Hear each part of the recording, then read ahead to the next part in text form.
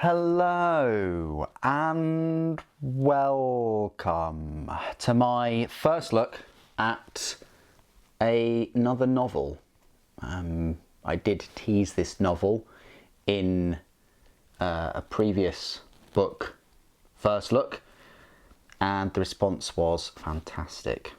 I had requests for me to cover this hardcover book, and the book that I am talking about is, of course, The Fall of Numenor, right here. I, of course, do read other novels other than Warhammer 40,000 or Horus Heresy or Age of Sigmar. I'd like to think that I own an adequate book collection. So this book, it is a new book. It's kind of by Tolkien, but edited by Brian Sibley. It will cost you £19.45. The retail price of this book is £25, but you can pick it up for about £19 in other places.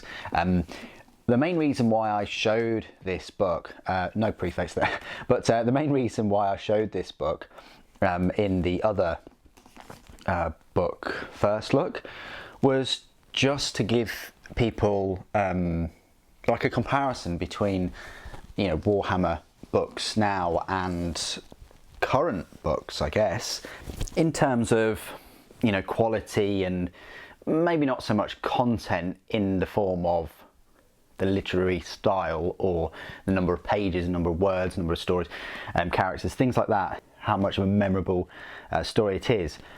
But I just wanted to make that comparison. I have an example of a Warhammer book right here. I'm not picking on Danny Ware at all, or this book, Rose at War. I want to highlight the Black Library books, really, and what's been going on as of late. So, for a start, hardback novels from Black Library used to be about £12.99, and softback were £6.99 or even £7.99, so you paid about £5 more to have it in hardback.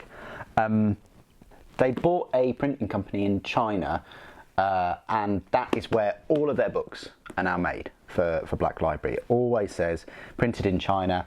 Even the really expensive kind of special editions, limited editions and things, the numbered ones, they're all printed in China. Of course, there's a lot of things made in China. A lot of other books are printed in China. And there are some books, like the special limited editions, the paper quality is just, extremely good. And some of the regular hardback books now, the paper quality is decent too. But this one, not so much. And I'm seeing this a lot in Black Library books and Warhammer novels, and I think they should stop it right this moment. Of course, this book is printed in Italy, but price-wise, there's £1 in it. Printed in China, cheap, thin paper. In a world of digital content and ebooks, the whole point of picking up books nowadays is the feel of them, how they look on your bookshelf, because one of the downsides is they take up so much space.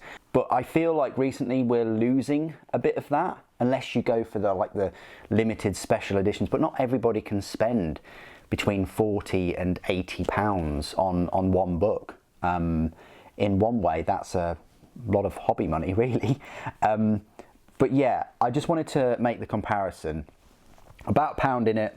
This is printed in Italy. It's not really a special edition, it's just a hardback book. You can get the paperback for half the price, really, £8 or £9. But this hardback has a sleeve.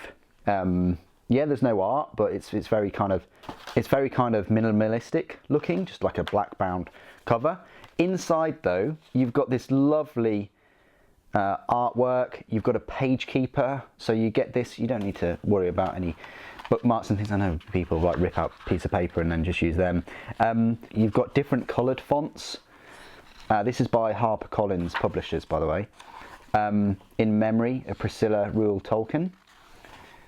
You've got the contents, quite a lot of contents there.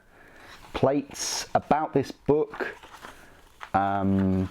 introduction, and yeah, every now and again you've got different coloured fonts, and then even like the start of stories and things. Look, you've got this beautiful artwork, kind of hand drawn pencil, I would think, and now and again you've got this beautiful looking colour artwork too. I just think this is just fantastic. It really is gorgeous, and I can't really, I mean, look at that there, red. They're using red for the Elvish. One ring to rule them all, you see? And look at that, beautiful. And it's not just every it's not just every 10 pages or so. There's a fair amount. You know, the elven smiths instructed by Sauron reached the height of their skill, forging the rings of power. You know, it's a gorgeous appendices as well. Quite a lot of appendices there. You've even got a map on the other end too. Look at that. That's just, yeah, it's gorgeous. And you know, this is where we are. You know, we're comparing Black Library to Harper Collins, but you know, for £1 in it, it's, yeah, my disappointment for the Warhammer novels and the Horus Heresy novels comes from my passion, because I really enjoy that science fiction setting. It's probably my favourite out of all the science fiction settings that are out there, and it's just sad when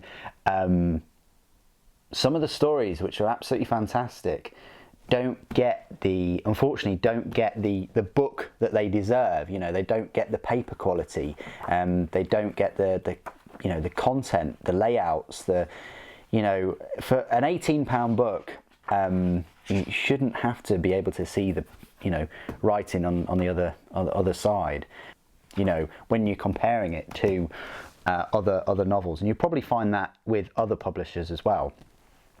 But this was requested for me to have a first look at the Fall of Numenor. So I hope you've found this interesting.